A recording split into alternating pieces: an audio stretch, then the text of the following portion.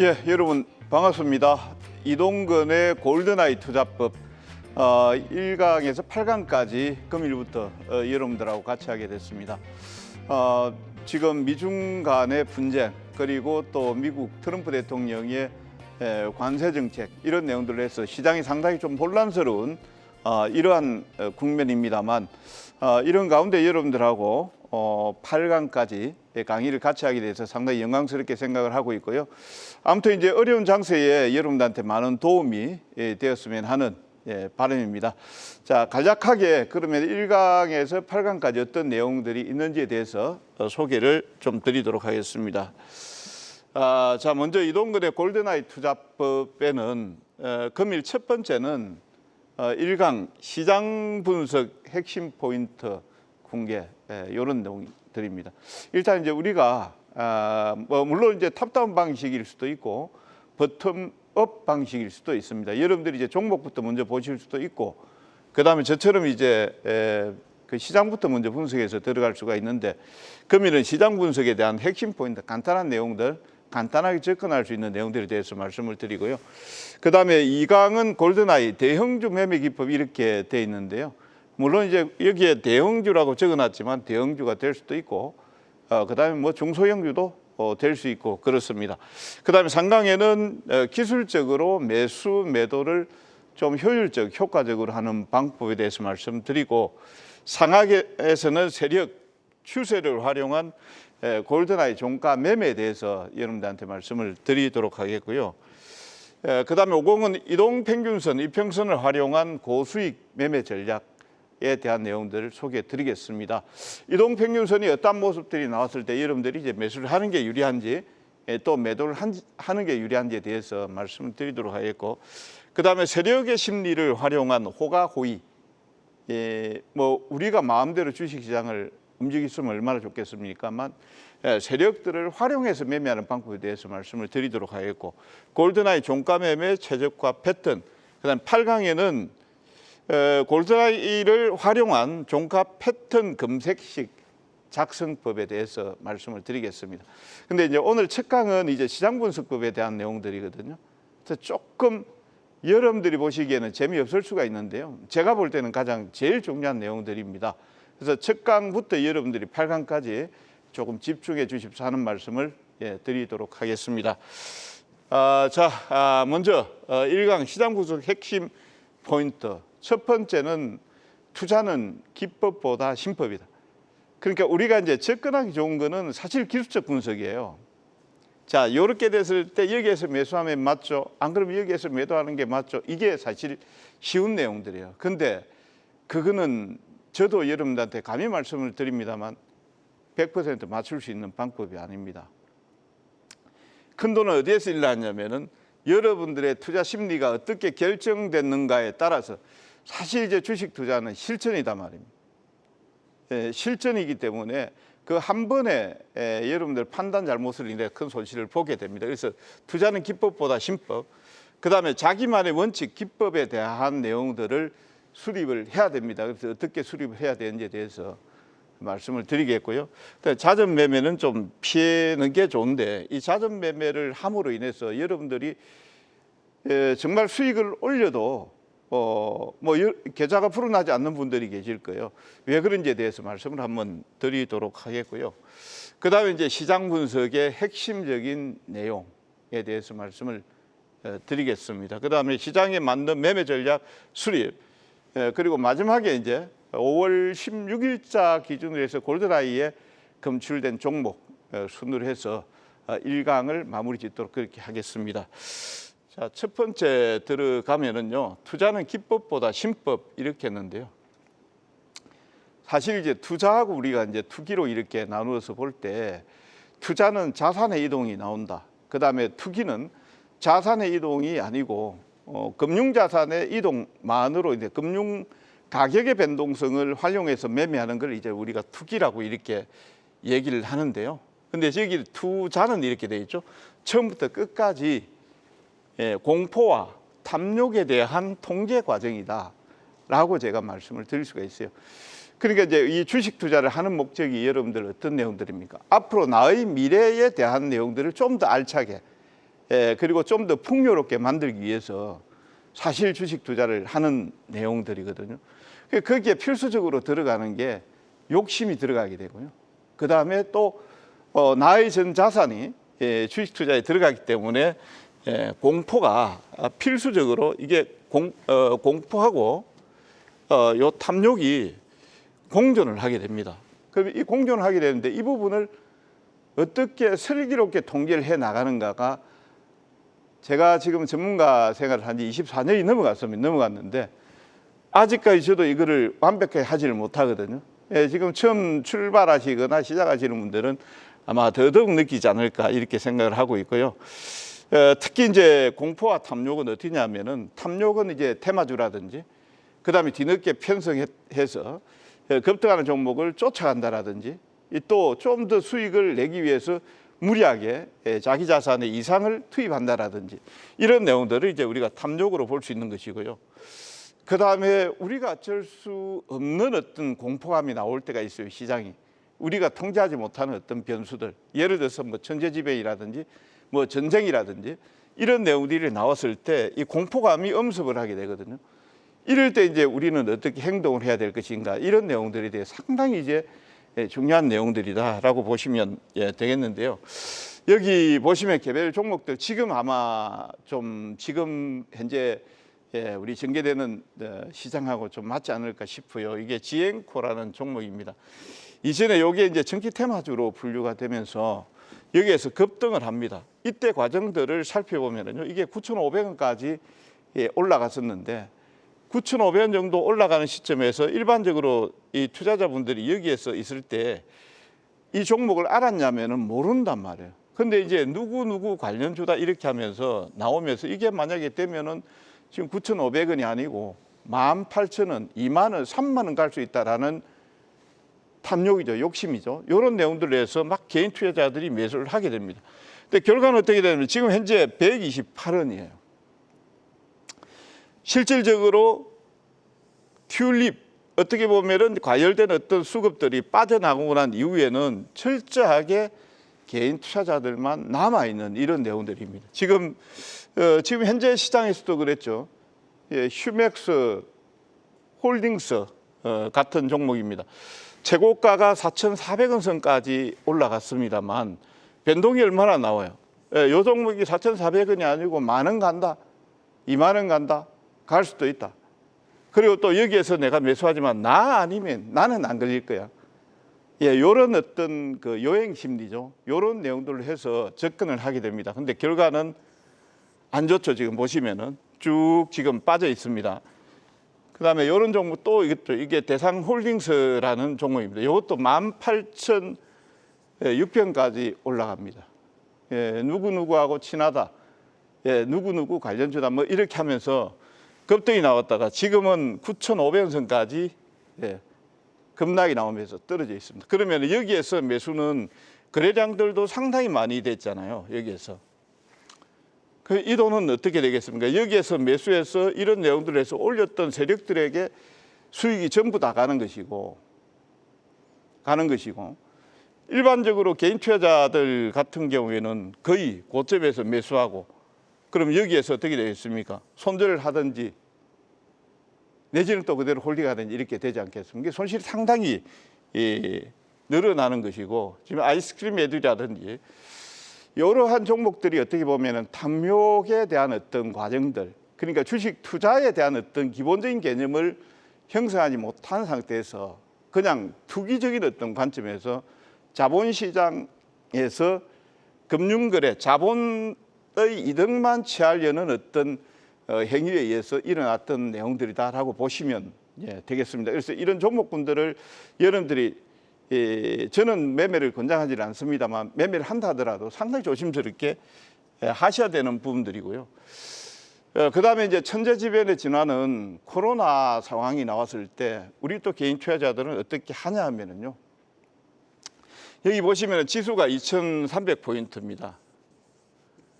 2,300포인트인데요. 코로나 상황이 나오면서 주가가 거의 뭐 1,500포인트까지 급락을 지금 하게 됩니다. 그러면 이제 이런 천재지변은 여러분들이 통제를 할 수 없는 상황이잖아요. 그러니까 딱 이게 답은 두 가지예요. 예를 들어서 여기에서 출세 라인을 쭉 봤을 때 코로나가 터졌다라고 했을 때 초기에 로스컷을 하든지 매도를 했다라고 하면은 기술적으로 정확하게 매매를 하는 분들이 될 것이고요. 반면에 이제 대체적으로 개인 투자자 같은 여기 장대 음봉이 나와 있습니다. 예, 장대 음봉이 나왔을 때 바닥권에서 거의 다 공포감에 의해서 던지게 되는 이런 내용들이에요. 그러면은 이제 저는 이제 여러분들한테 말씀드리고 싶은 내용이 뭐냐면은 이런 코로나라는 상황이 터졌을 때 이 내용이 앞으로 이제 얼마 정도 길게 갈 것인가, 내지는 앞으로 다시금 시장 자체가 회복하지 못할 것인가를 전제지배인이나 이런 내용들이 나왔을 때 생각을 해보셔야 됩니다. 만약 그럴 가능성이 있다라고 하면은 여러분들의 판단이 공포감에 휩싸여서 바닥권에서 던져야 되는 내용들은 아니다라는 겁니다. 그 다음에 또 보시면은 이게 이제 요 최근의 일입니다. 트럼프 대통령이 취임하고 나서 글로벌 시장을 중심으로 해서 이제 무역 분쟁에 대한 내용들이 발생이 됐습니다. 3월 말경이죠. 제가 여러분들한테 3월 27일 변곡 라인이라고 말씀드렸고, 그 다음에 4월 9일 반등 변곡이라고 말씀을 드렸습니다. 그러면 여기에서 보시면은 트럼프 대통령의 관세 압박에 대한 내용들이 나왔을 때 주가가 급락을 하기 시작합니다. 이때도 마찬가지예요. 여러분들이 생각해 봐야 되는 부분들이 앞에 코로나도 마찬가지고 지금 이제 관세 협상에 대한 관세 전쟁에 대한 내용들도 마찬가지고, 이 관세 전쟁이라는 거는 물론 이제 미국의 트럼프 대통령이 일으켰지만 앞으로 이런 내용들을 어떻게 끌고 갈 것인가, 글로벌 시장에 대한 내용들을 완전히 그냥 뭐 좀 이거 좀 적절치 못한 용어가 되겠습니다만 박살을 낼 것인가라는 내용들이에요. 그런 내용들은 아니고 일정 기간 동안 자기들의 이익을 취하고 난 이후에는 다시 원상 회복이나 복구될 수 있다라는 이런 내용들을 전제를 깔고 있어야 되거든요. 그러면 관세 협상에 대한 내용들이 나왔을 때 앞으로 해결된다는 전제가 있으면 주가가 올라온단 말이에요. 그럼 여기에서 굳이 때릴 수 있는 이유가 하나도 없다라는 것이죠, 저는. 대부분 여기에서 이제 공포 매도를 하게 되고 다시 올라가면서 이제 추격 매수를 한다라거나 이런 이제 액션들이 나오게 됩니다. 그래서 이제 그런 부분들을 여러분들이 잘 염두에 두셔야 돼요. 천재지변이나 예를 들어서 자연재해나 전쟁이나 이런 내용들이 발생했을 때는 일시적으로 급락이 나오게 됩니다. 다만 이제 일정 부분 그 부분을 극복하려는 액션들이 그동안 계속해서 일어났단 말이죠. 그래서 차라리 매도하실 것 같으면 초기에 매도하시고, 그렇지 못한다라고 하면 오히려 조금 더 시간을 두고 공포 매도에 동참하는 것은 옳지 않았다라는 것을 이제 아시면 될 것 같고요. 그 다음에 이제 자기만의 원칙을 수립하기 위해서는 사실 뭐 아무것도 기본이 없는 상태에서 어떤 원칙을 수립해서 나가겠습니까? 그럼 자기만의 원칙을 수립하기 위해서는 투자의 명인들은 피터 린치나 그 다음에 앙드레 코스톨란이나 존 템플턴이나 뭐 지금 현재 금년도에 이제 일선에서 물러나신 워렌 버핏이나 뭐 이런 분들 같은 경우는 투자의 최고의 명인이라고 할 수 있습니다.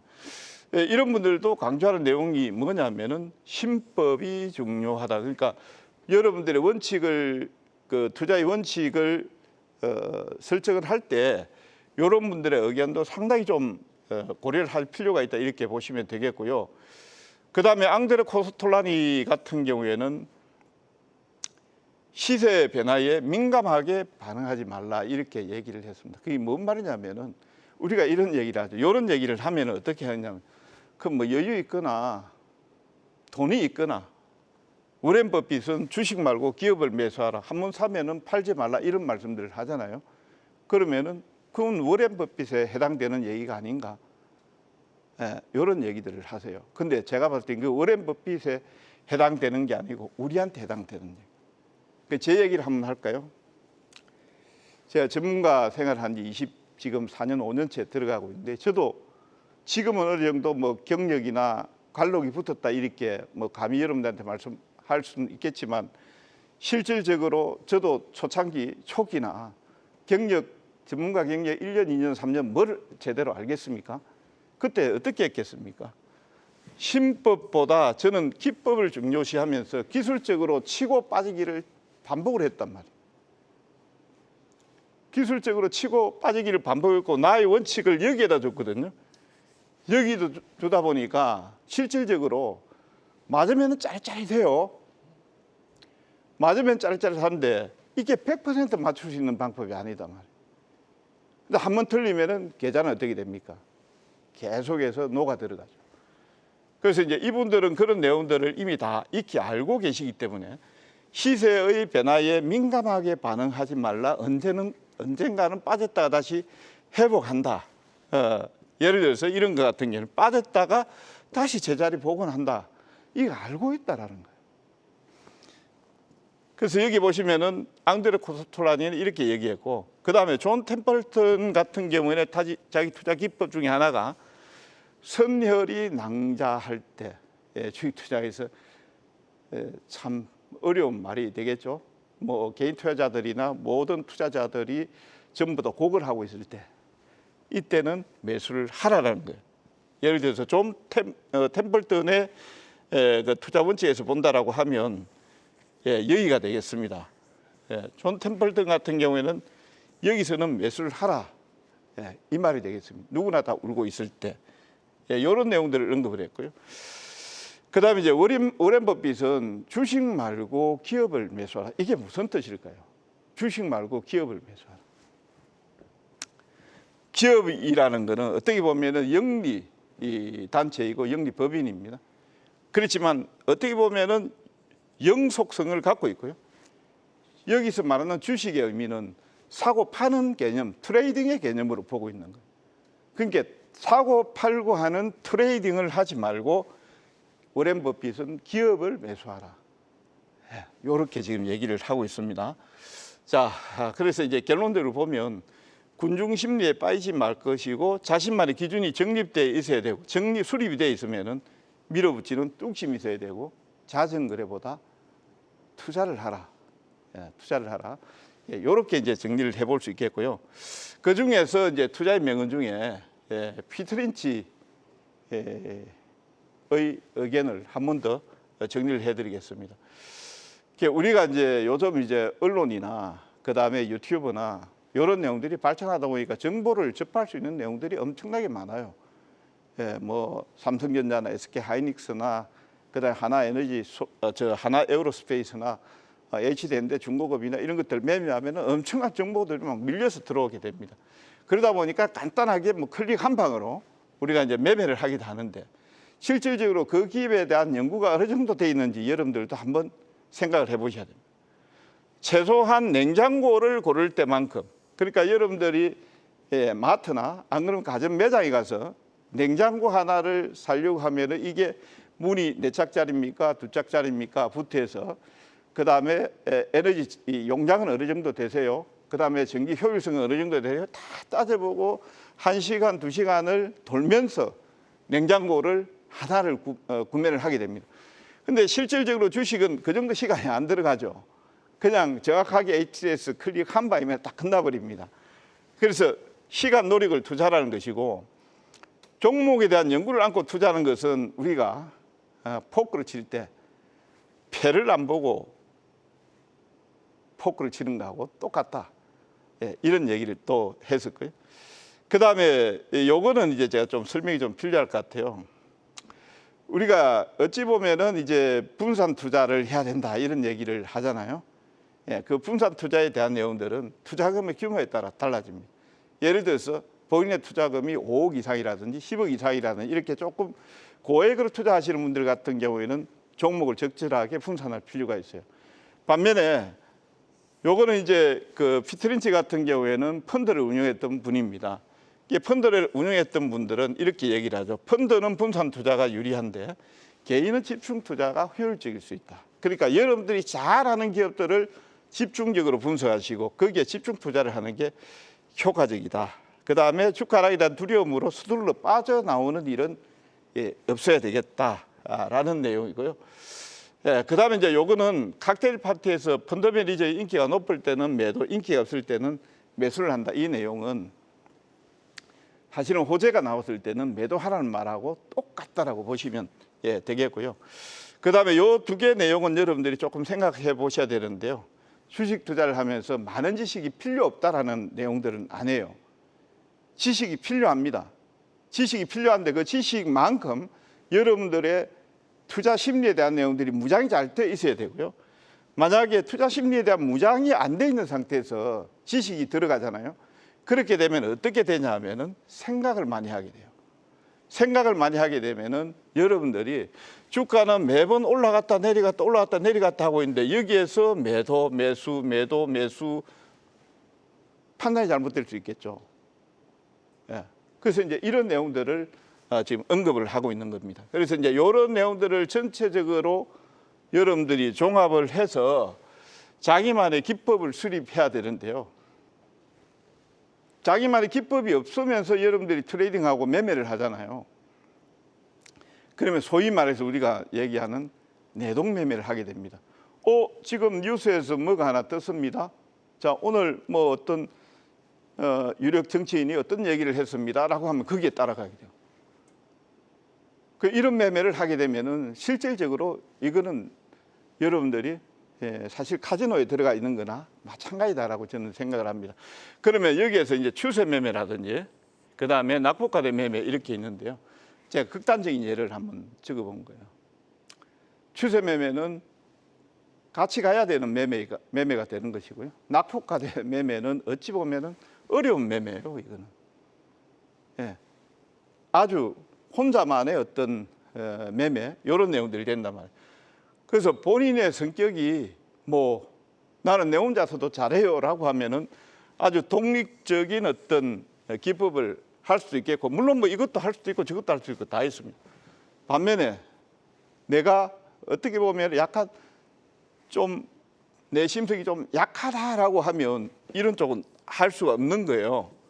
같이 갈 수 있는 매매를 하셔야 됩니다. 이게 자기만의 기법을 수립을 하는데 그래서 여기 보시면 이제 추세 매매는 외롭지 않다, 낙폭과대는 외롭다, 뭐 이런 내용들이 이제 제가 적어놓은 내용이에요.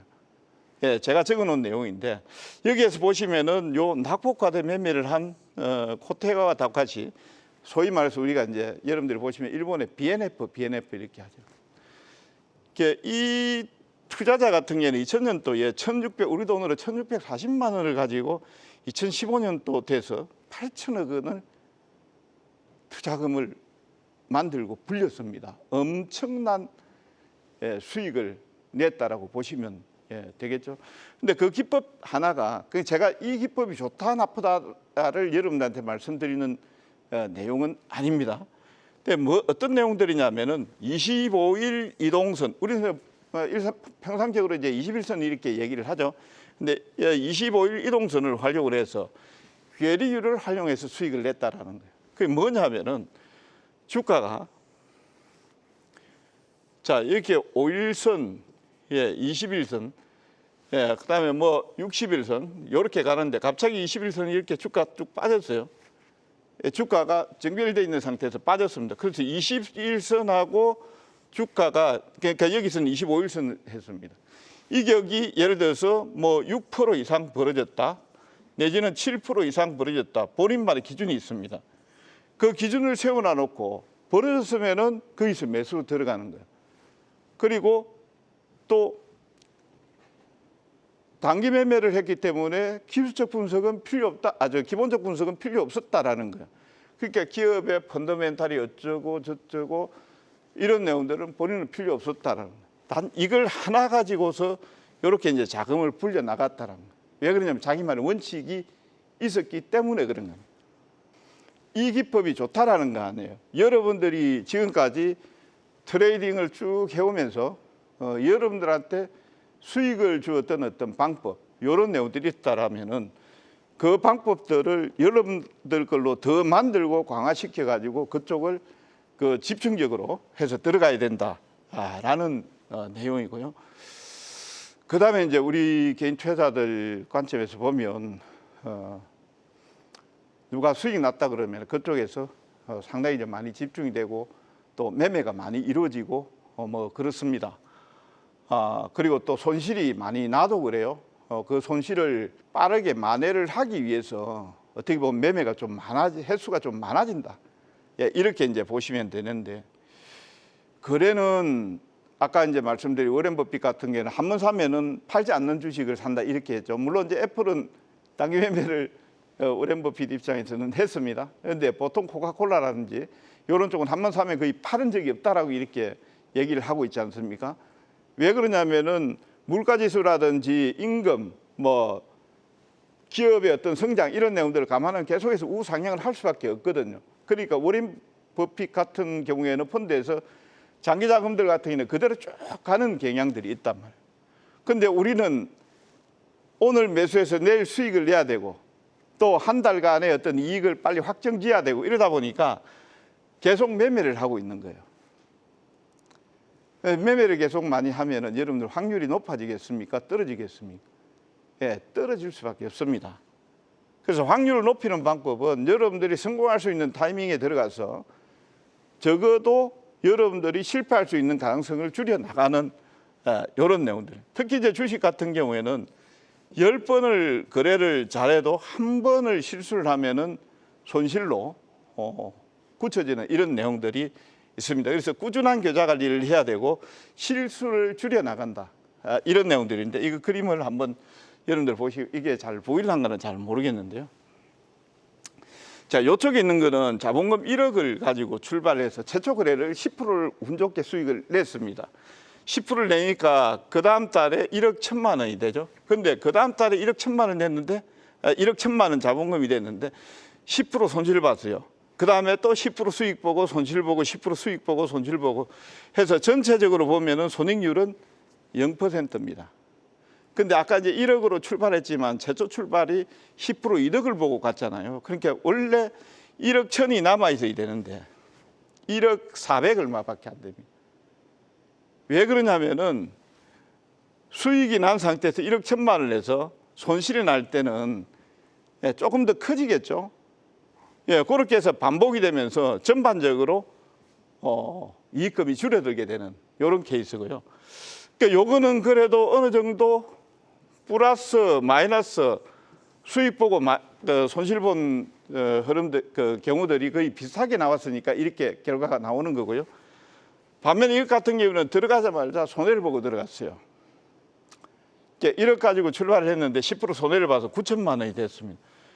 근데 또 10% 수익 봤었는데 9,900만 원을 만들었어요. 근데 그 다음 달에 시장이 폭락이 나왔던 또 투자를 잘 못했더니 간에 또 손해가 났습니다. 20% 손해가 났어요. 이런 식으로 해서 한 번씩 손실 규모가 커지잖아요. 커지면 어떻게 되냐면은 계좌금이 쑥 내려가요. 1억이 6천만 원 정도까지 내려가 버려요. 그러니까 앞에 말씀드렸다시피 여러분들의 거래 자체를 성공시킬 수 있는 어떤 가능성, 이런 쪽으로 가셔야 돼요. 그리고 일반적으로 여러분들이 보실 때 다 아시잖아요. 내가 주식 투자에 소질이 있다, 자질이 있다. 그러면은 연간 해서 개인 투자자들의 수익률이 얼마 정도 나오고, 그 다음에 시중에 금리가 얼마 정도 나오고, 요거 나오면 여러분들의 취할 수 있는 이득에 대한 어떤 범위가 나오게 돼요. 근데 거기에 여러분들이 무리하게 예를 들어서 올해는 수익률을 뭐 100%를 산정하겠습니다. 50%를 산정하겠습니다. 그러면 거기에 따른 전략들이 들어가게 되니까 여러분들의 매매 자체가 상당히 위험하게 흘러갈 수 있겠죠. 이런 내용들도 여러분들이 잘 통제를 하시면서 잡아야 된다. 라는 점도 말씀을 드리고요. 그러면 저렇게 한번 손실이 났던 계좌가 복구가 되려고 하면은 어느 정도 노력이 필요하냐면요. 되지 않는 부분도 있습니다. 제가 이거 분명히 말씀을 드려야 되겠습니다. 여기 보시면은 계좌 손실이 마이너스 10%가 났어요. 10%가 났으면은 11.1% 정도만 내면 되니까 크게 그냥 손실 난 만큼만 수익을 낸다 이렇게 생각하시면 돼요. 근데 여기에서 20%를 내니까 25%, 그 다음에 30% 내니까 42%, 40% 손해가 나니까 66%를 수익을 내야 돼요. 그럼 50% 손해 나면은 100% 수익을 내야 됩니다. 그리고 그 아래를 한번 보십시오. 60% 나니까 150%, 233%, 400%, 900%.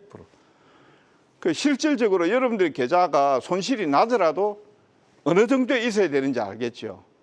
그리고 어느 정도 손해가 나면은 기관 투자자가 투자에 대한 기관이 늘어나는지 아실 겁니다. 그러니까 여러분들이 손실복구를 마이너스 40%를 복구하려고 하면 66% 정도 수익을 내야 되니까 시간을 어느 정도 투자를 해야 된다. 요 범위를 벗어나잖아요.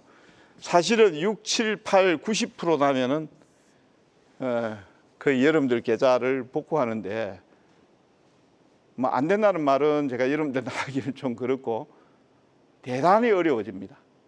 그러니까 여러분들 손실 나더라도 저는 적정 손실이 아니고 손실을 안 났으면 좋겠지만 10에서 30% 이내에 있을 때가 그래도 여러분들의 계좌를 복구할 수 있는 확률이 높아 있는 게 그렇게 관리를 해 나가셔야 됩니다.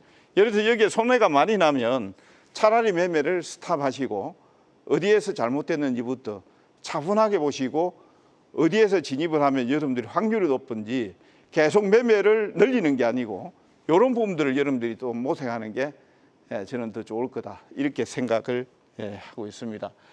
자, 여기까지 이제 조금 심리적인 어떤 컨트롤 이런 내용들에 대해서 좀 제일 중요한 얘기입니다만 뭐 재미없는 얘기일 수도 있어요. 그런 부분도 했고요.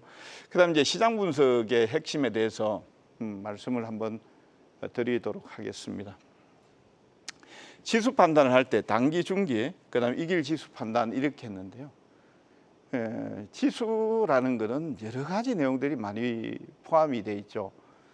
이게 사실 글로벌 정치적인 어떤 이슈들, 그다음에 국내 경제에 대한 내용들, 그다음에 요즘 같으면은 이제 뭐 관세라든지 이런 내용들도 있을 것이고요. 그다음에 기업의 경쟁력이라든지, 그다음에 내수 소비라든지, 그다음에 국내 정치의 어떤 향방 이런 내용들, 그다음에 환율의 변동 뭐 여러 가지 내용들이 있을 거예요. 그래서 이런 내용들을 보면서 이제 단기 판단을 하고, 그다음 중기 판단을 하고, 그다음에 이제 매매를 할 때 중장기적으로 본다라고 하면은 이길 지수 전망에 대해서는 그렇게 크게 중요치는 않아요. 근데 이제 뭐 매일매일 트레이딩하는 입장에서 보면 이길 지수 전망을 어떤 기준을 가지고 해야 될 것인가 이런 내용들도 상당히 중요하다라고 말씀을 드릴 수가 있는데요. 자, 먼저 보시면은 단기 판단에 대해서 사실 이제 여러분들이 보시면은 자, 트럼프 대통령이 미중 간의 관세에 대해서 지금 보복 관세를 매겼던 것에 대해서 취소를 하고 다시 이전으로 환원할 것이다. 뭐 이런 내용도 추정은 해볼 수 있지 않겠습니까? 그런 부분들에 대해서 확증을 짓고 여러분들이 하는 것은 대단히 좀 어려울 수가 있어요. 근데 실질적으로 이제 우리가 기술적 분석을 하는 것은 가격에 대한 내용들이거든요. 이 가격은 그러한 변수들을 일정 부분은 반영을 하고 있다 이렇게 봐야 됩니다. 그러면은 그 가격을 표시하는 지표나 이런 것들 중에서 어떤 것들을 가지고 봐야 될 것인가 라고 보면 단기에 대한 판단은 여러분들이 이제 이동평균선이 5일간의 뭐 단순 평균 같은 경우에는 5일간의 주가 지수의 합을 나눈 값이 될 것이고요. 20일간의 합을 나눈 게 20일 이동평균선이 되겠습니다. 그러면 여기에서 단기 판단은 20일 이동평균선을 가지고 한번 판단을 해보겠습니다. 그러면 여기에서 보면 20일 이동평균선이 위쪽으로 방향을 틀어서 올라가면은 상승이라고 우리가 이제 얘기를 하는 것이고, 만약에 이제 20일 이동평균선이 방향이 없이 이렇게 왔다 갔다 하고 있으면은 횡보라고 보는 것이고, 그 다음에 하락으로 가게 있으면은 이제 하락을 이렇게 보는 겁니다. 그러면은 상승, 횡보, 하락에 따라서 여러분들의 전략이 달라질 수 있겠죠. 상승장에서는 뭐 적극적으로 여러분들 푸시를 하면서 매매를 해야 될 것이고요. 횡보장에서는 일정 부분 현금을 가지고 있으면서 그 횡보장에서 강세를 보이는 업종이나 종목들 이런 것들을 해야 될 거예요. 하락장에서는 여러분들이 적극적으로 여러분들의 계좌를 보호하는 전략을 하셔야 될 거예요. 그래서 그 기준점은 20일 이동평균선을 가지고 결정을 한다. 그러면은 차트를 한번 보도록 하겠습니다. 간단해요. 여기에서 20일 이동 평균선하고 60일 이동 평균선 두 개만 대입을 해서 넣어보면은요, 20선하고 60선하고 골든이 나가 있으면은 상승장으로 보는 겁니다. 여기에서. 예, 상승장으로 보는 거예요. 주가 지수가 올라가고 있구나라고 보는 겁니다. 반면에 역전이 돼 있으면 하락으로 전환이 됐다 이렇게 보시면 되는 겁니다. 그래서 이런 이제 흐름들이 골든 크로스가 나면서 위쪽으로 60선하고 골든이 나면서 이쪽으로 가고 있으면은 적극적으로 여러분들이 포트 전략을 짜셔야 됩니다. 매매 전략을 적극적으로 해서 나가셔야 된다라는 것이 되겠고요. 반면에 이제 역전이 되는 이게 여기가 언제냐면은 작년도에 그 엔캐리 청산 문제가 나왔을 때가 되겠습니다. 예, 그때 보면 크게 빠지면서 20선하고 60선하고 데드 크로스가 나왔습니다. 데드 크로스가 나오니까 일시적으로 반등은 나오지만 추세적으로 계속해서 떨어지는 이런 국면이 나왔고요. 최근에 들어서 보면은 이제 여기가 4월 9일이 되겠습니다. 4월 9일이 되겠는데 여기서부터 이제 기술적 반등을 시도하면서 요 20선하고 60선하고 골든 크로스가 나면은 이제 본격적으로 이제 상승 전환이 된다 이렇게 이제 여러분들이 보시면 될 것입니다. 그래서 간단하게 장세에 대한 판단은 20선의 방향이 어디로 가는가, 그 다음에 20하고 60선을 같이 넣어 가지고 있을 때 골든 크로스가 나 있는 상황인가, 데드 크로스가 나 있는 상황인가, 이것만 보면 이제 상승이냐 하락이냐 이런 부분들을 여러분들이 아실 수 있을 것이고요. 그 다음에 이제 중기적인 판단에 대한 내용들은 뭐 여러 가지 관점들이 있습니다. 여러 가지 관점들이 있는데 저는 제 기준에서 볼 때는 뭐 주가라는 거는 상승했으면은 그 다음에 하락을 하고 그 다음에 일정 부분 행보를 했다가 다시 에너지를 모으고 상승을 하고 그 다음에 또 하락을 하고 또 행보를 하고 또 상승을 하고 이렇게 이제 계속해서 나아간다 이렇게 보시면 되는데 여기 보시면은 이게 그 월봉이 되겠습니다. 월봉. 월봉이 되겠습니다. 월봉에서 5개월선하고 20개월선하고 5개월선하고 20개월선하고 골든 크로스가 나 있느냐, 데드 크로스가 나 있느냐, 그런 관점에 여기에서 보시면은 골든 크로스가 나 있는 시점이죠. 나 있는 시점이고 주가가 쭉 상승을 합니다. 그러다가 여기에서 보시면은 데드 크로스가 나면서 쭉 하락세를 보이다가 요 근래 들어서 보면은 어떤 내용들이 있냐면은 5개월선, 20개월선이 거의 밀집이 되어 있는 시점이죠. 밀집이 되어 있으면서 주가가 횡보를 하고 있다 이렇게 이제 보시면 되겠습니다. 그러면 앞에 제가 말씀드렸다시피 상승과 그다음에 하락, 횡보, 그다음에 어떤 내용들이 나오겠습니까? 지금 앞으로 이제 2025년도 5월 이후는 상승 쪽에 포커스를 맞추시면서 시장을 보시면 되겠죠. 그래서 앞에 말씀드린 단계에 대한 내용들은 20일 이동평균선하고 60일 이동평균선의 데드와 골든 크로스를 가지고 여러분들이 판단을 하실 수 있게 요거 하나만 더 강조를 해드릴게요. 여기에 20하고 60선하고 데드가 났죠. 데드가 난 상태에서는 반등이 나오면은 거의 적극적으로 비중을 좀 줄이는 전략이 대체적으로 좀 많이 필요합니다.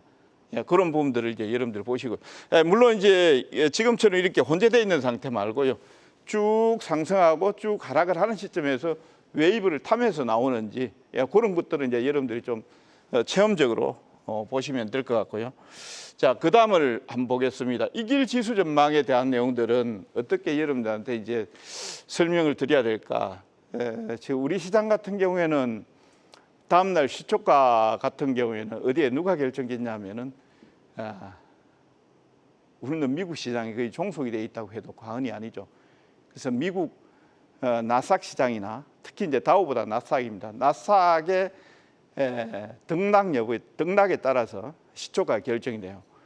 그리고 나스닥 지수가 계속해서 양봉이 나왔다고 하면은 그 다음에 또 미선물 시장이 이제 우리 시장이 개장하기 전에 예를 들어서 플러스를 기록하고 있거나 그렇기 때문에 상승 흐름이 그대로 쭉 유지가 될 가능성이 높아요. 반면에 미 시장은 상승을 했고 선물 시장이 하락을 했다라고 하면은 시초가 떴다가 음봉을 맞을 가능성이 상당히 높아요. 그게 우리 시장의 한계점이라고 보시면 여러분들 되겠습니다. 거기에서 이제 지수의 고점과 저점에 대한 내용들인데요. 지수의 고점과 저점은 여기 이제 선물 30분봉으로 이렇게 해놨는데요. 선물로 보면은 이제 정확하게 나오는 부분들이 있습니다. 첫 번째, 여기처럼 갭에 대한 내용들. 그러니까 전일 종가 대비해서 갭 상승이 나왔다든지 이렇게 되면은 고점에 대한 저항이 나올 거예요. 그 여기가 만약에 되면은 여기가 저항이 되겠죠. 요 갭.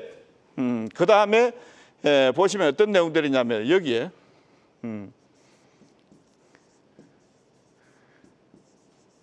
장대봉입니다. 장대봉.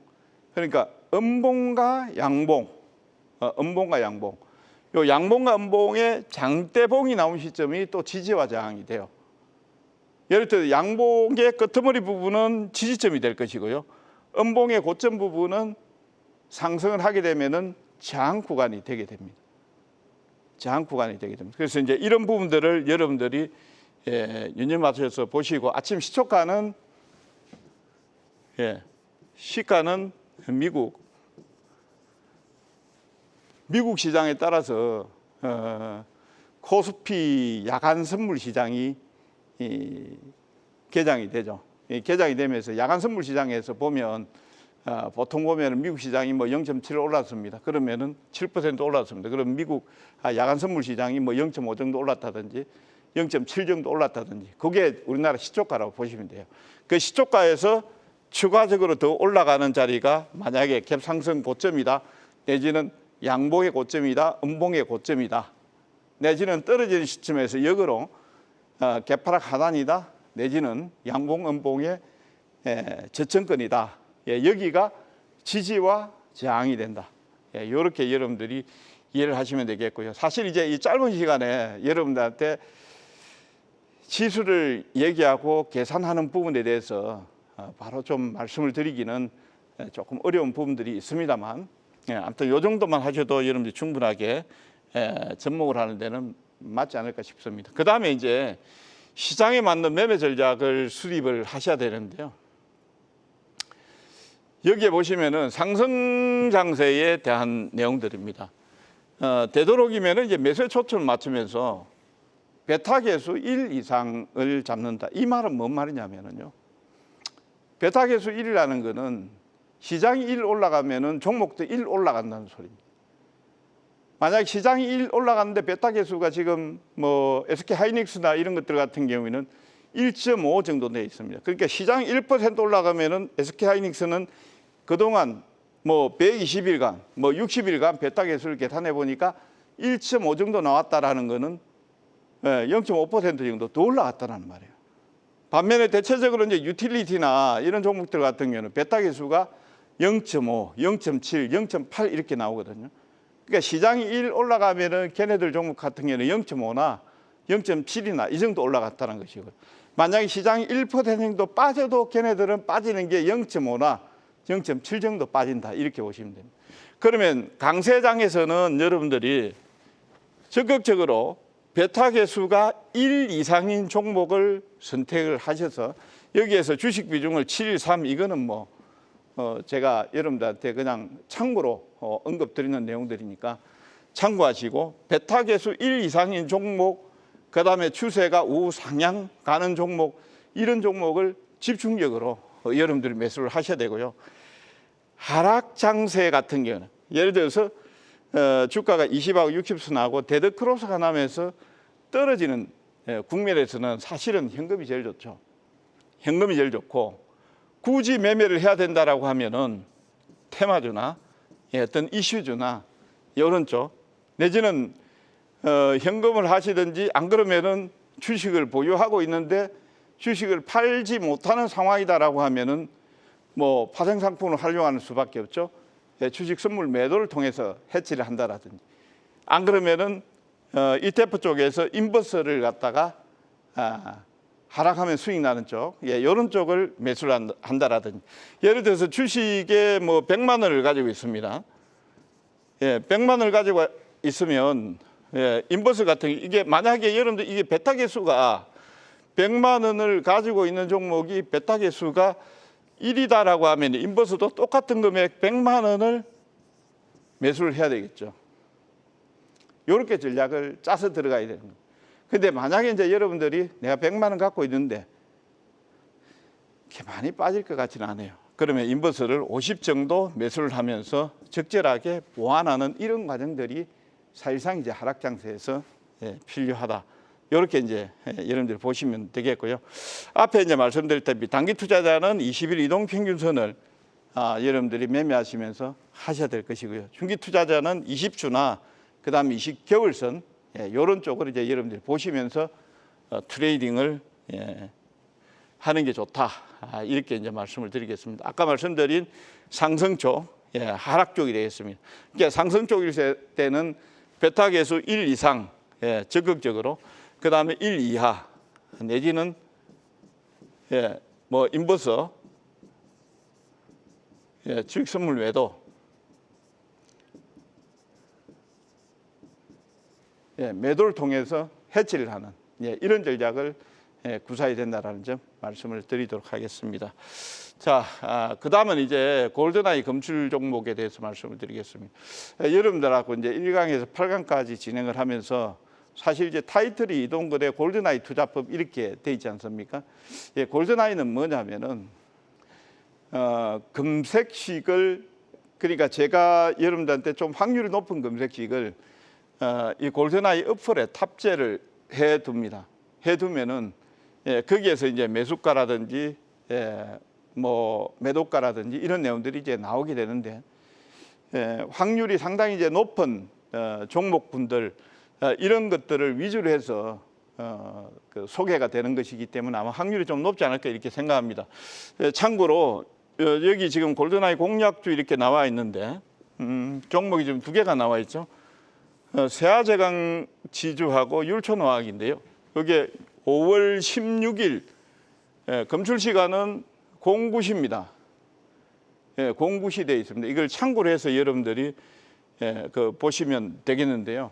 요걸 여기에 이제 나왔던 종목들을 종목을 한번 여러분들한테 소개를 해드리겠고요. 물론 이제 이 방송 시점에 따라서 여러분들의 이제 여기 지금 세아제강 지주나 율촌화학의 주가가 조금 달라질 수는 있다라는 점 참고하시면 좋겠습니다. 자, 세아제강 지주 한번 보겠습니다. 이게 골드나이 검색시 어플에 지금 나와 있는 종목인데요.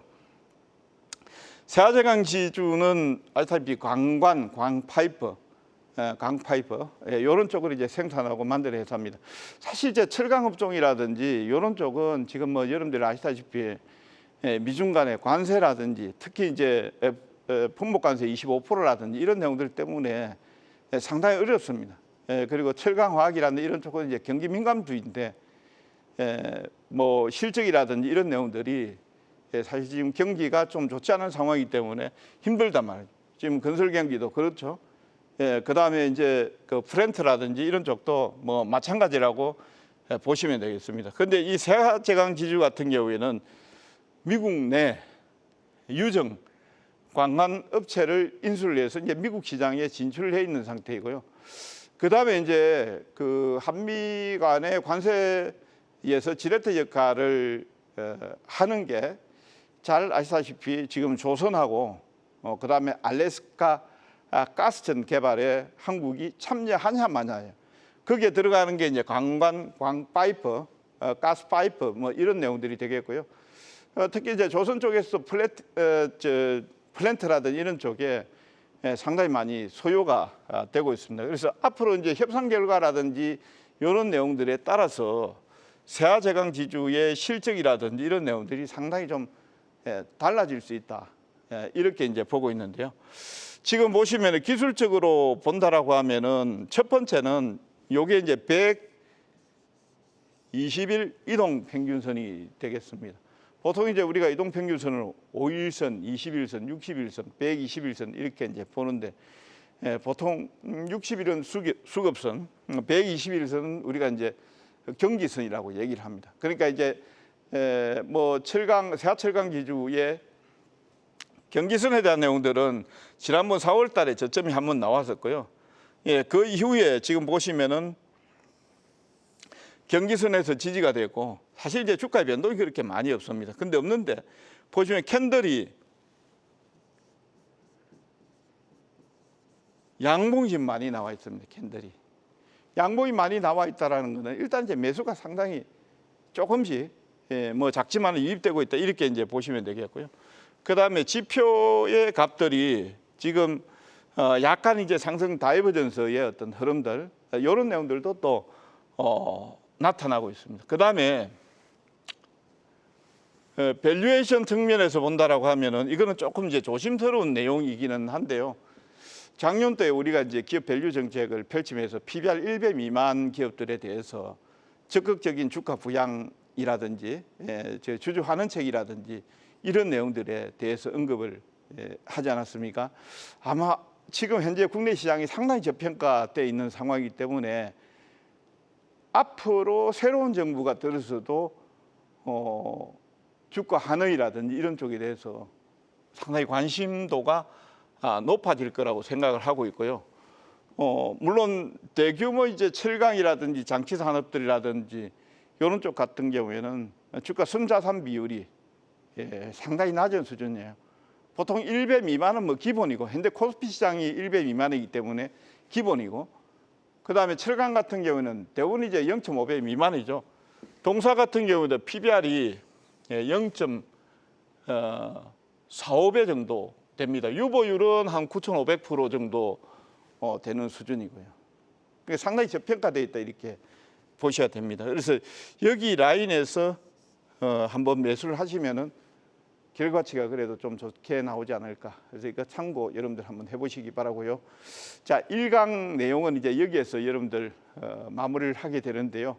1강 내용이 조금 여러분들 그 심리적인 어떤 투자법이라든지 그 다음에 시장을 분석하는 방법들이나 이런 내용들에 대해서 시간 관계상 간략하게 언급했기 때문에 조금 여러분들이 재미없을 수도 있습니다만 2강, 3강부 때에서는 조금 더 여러분들한테 접근하는 방법으로 강의를 진행하도록 하겠습니다.